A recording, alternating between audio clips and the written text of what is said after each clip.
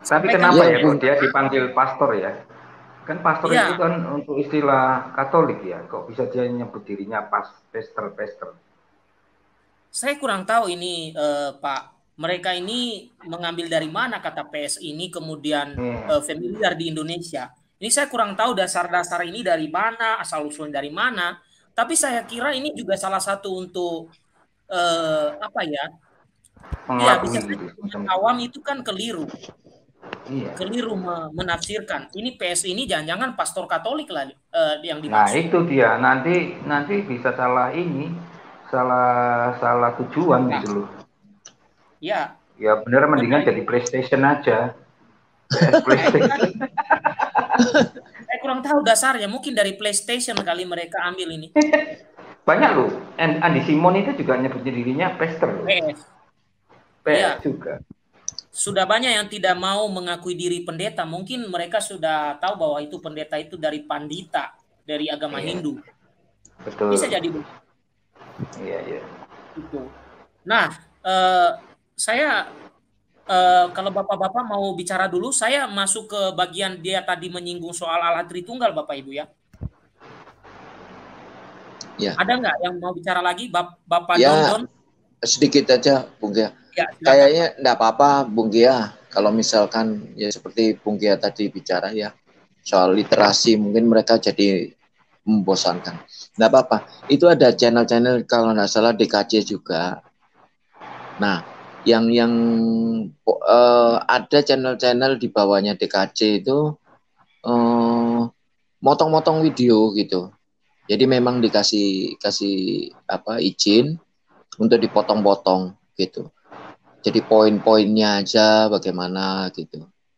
Gak apa-apa Bung Dia. Saya rasa ini kan semua boleh dibilang belajar juga ya Bung Gia ya. Nah, nanti ke depan pasti ketemu jalannya. Pasti channel-channel Katolik juga menarik.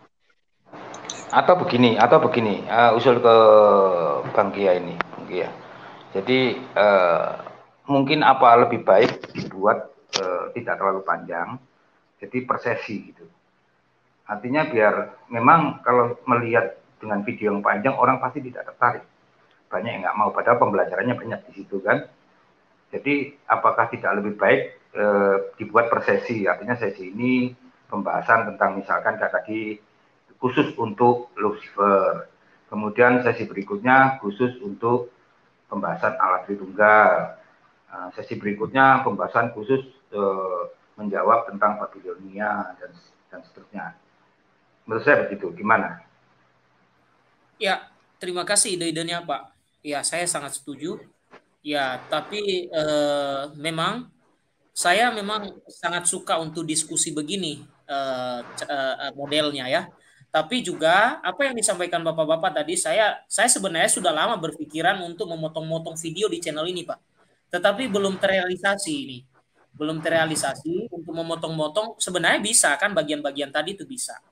Itu Pak. Bukan gini Pak, maksudnya ya itu juga benar juga. Tapi maksudnya waktu live itu dibuat nggak usah Singkat. panjang-panjang, singkat dan fokus ke tema gitu. Misalkan ya seperti Lucifer khusus Lucifer gitu. Nanti Bang Gia live berikutnya misalnya khusus untuk tema ini gitu loh. Jadi nggak perlu motong-motong lagi gitu. Ya. Gimana? Oke Pak, thank you Pak. Sarannya Pak. Kita nanti akan coba Pak. Oke, baik. Saya sapa dulu nih ada saudara Padua. Selamat malam saudara.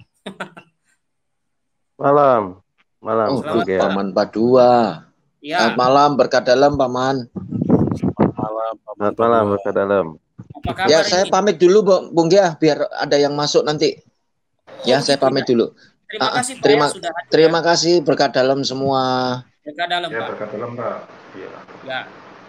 Saya sambut dulu nih Paman Padua nih. Apa kabar nih Paman? Kabar baik. Selamat Kabar Pasca. baik. Ya, Waduh, Bang Gia kelihatan hilang terus sukar ini. ini suaranya. Gimana? Ya. Gimana Paman? Selamat Pasca. Selamat Pasca Macamnya Paman. Apakah Gia Paman ini sudah sudah mulai menemukan hilang. jambatan hati saya Paman? Saya senang anak-anak Perlu muda. dicarikan ini, Bang Giani perlu dicarikan ini, Pak, ini apa calon ini. Bercanda, Mau bercanda, jadikan bercanda. PS apa si Sarah itu mau dijadikan mertua soalnya itu mertua. Itu di OMK banyak itu. Saya ganti nama saya, Le. Tinggal Saya ganti nyemplung nama di saya, biar keren. nyemplung di mana kayak di paroki mana terserah bebas.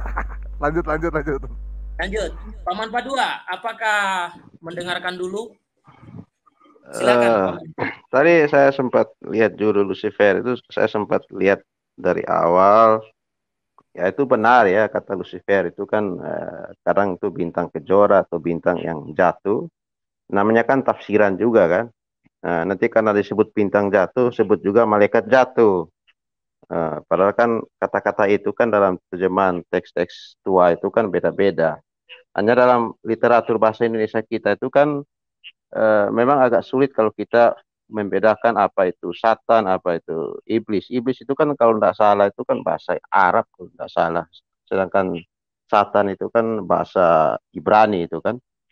Nanti kalau kita baca dalam istilah Yunaninya itu kan ada diabolos dan satanas itu kan. Diabolos kai o satanas misalnya di Wahyu 12 ayat 9 itu. Lalu nanti misalnya kata ular itu pakai kata dragon begitu kan. Yang saya kira kita sudah kenal istilah dragon itu terjemahannya kata naga. Apakah naga itu ular yang punya api atau apa kita tidak tahu. Itu kan cerita dongengnya dari negeri Cina itu kan. Tetapi makna dari kata-kata itu kan sebenarnya dalam artian kitab suci perjanjian lama lalu dimengerti oleh para rasul, ya Satan itu kan musuh Allah sebenarnya, lawan Allah. Jadi nanti dalam pengertian bahasa kita itu kan kadang-kala jadi banyak juga. Nah, jadi simbol setan itu kan juga banyak. Jadi kalau kita langsung mengaitkan kata Lucifer yang dalam terjemahan bahasa Latin itu kan artinya cahaya atau bintang kejora begitu kan, itu kadangkala memang di framing seperti itu. Lalu seolah kata Lucifer itu dikaitkan dengan malaikat jatuh atau malaikat yang tidak taat. Nah, akhirnya dibentuklah satu kata itu jadi Lucifer itu pemimpin para setan. Padahal tidak ada itu.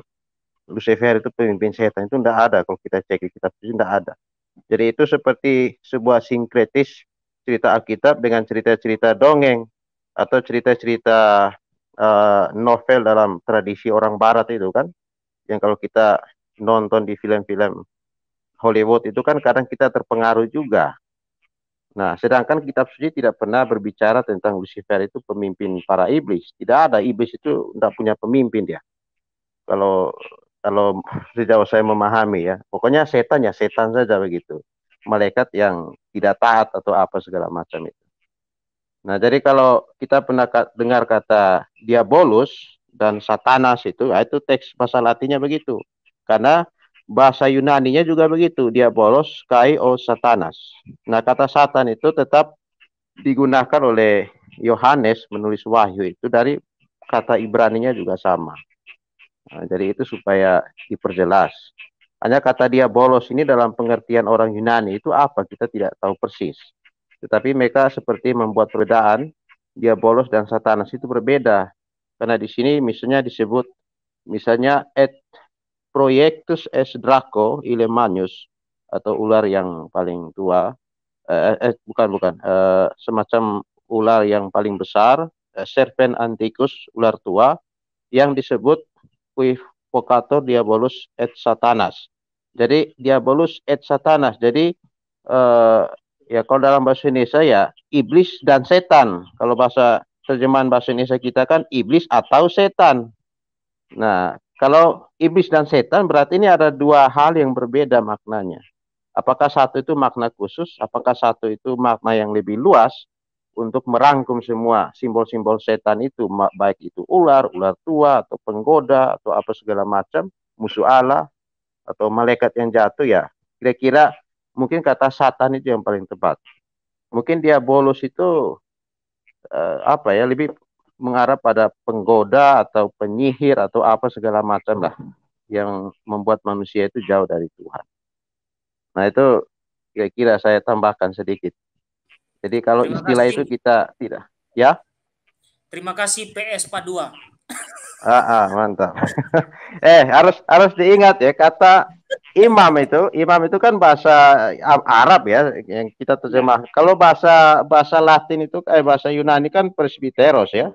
Atau kadang-kala disebut hireus ya, hireus. Maka nanti ada satu kata hierarki yang kita pakai itu. Hierarki itu ya nanti yang kalangan para imam itu. Kalau kita merujuk pada etimologinya itu. Misalnya kalau imam agung itu kan kalau bahasa Yunani arkihireus dari kata arko atau yang menjadi yang pertama. Atau kadang-kala dihubungkan dengan kata hireus atau imam. Jadi imam itu nanti dalam bahasa bahasa apa ya? Kalau bahasa Latin itu sacerdotori atau apa namanya itu. Karena dia berkaitan dengan hal-hal pengudusan. Seperti imam di Bait Allah itu kan dia menguduskan orang Israel dengan mempersembahkan kurban sembelihan. Tetapi syarat-syarat jadi imam kan harus dari turunan Harun dan memang hidupnya harus suci. Kawin pun harus dengan perempuan yang belum pernah menikah. Makanya Zakaria itu kan memang walaupun Elizabeth sudah tua, dia tidak bisa menikah lagi. Dia nikahnya cuma satu istri. Nanti anaknya Yohanes Pembaptis itu kan memilih hidup selibat itu kan. Nah, jadi memang turunan-turunan mereka itu memang harus seperti itu, melambangkan Allah. Seperti Allah dan manusia itu simbolnya ya satu suami satu istri itu. Nah, tetapi nanti dalam ajaran Yesus juga itu kan nanti diperluas lagi bahwa menikah itu bukan sesuatu yang wajib ya, tetapi sebuah pilihan. Sebuah pilihan bahwa ada yang memang hidup selibat untuk apa itu. Kalau pastor itu kan bahasa umum sebenarnya. Hanya karena sudah masuk di dalam benak kita, persepsi kita dikaitkan dengan Katolik ya udah enggak apa-apa. Karena memang pastor itu artinya gembala. Nanti ada gembala agung apa segala macam itu ya. Kita merujuk pada Yesus sebagai gembala kan. Tetapi nanti utusan-utusannya juga disebut sebagai gembala. Gembala dalam arti kepemimpinan.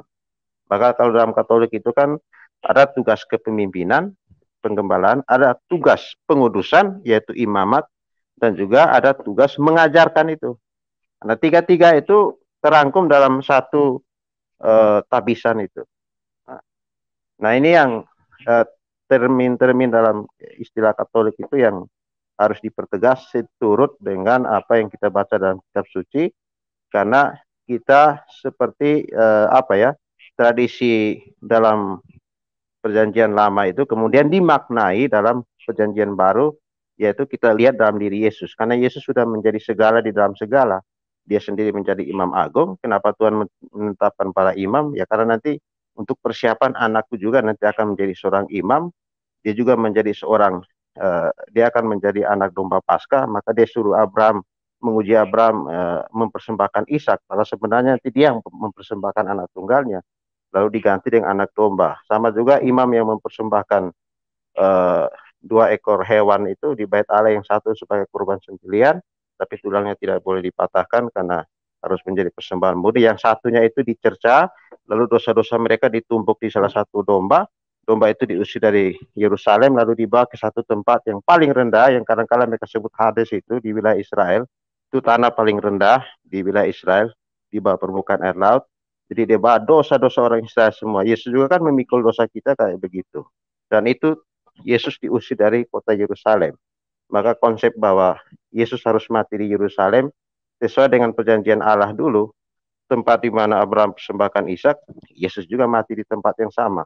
Yerusalem itu kan berdiri di atas tanah Moria itu kan. Ya, di dalamnya itu Bait Allah, lalu ada mesbah apa segala macam.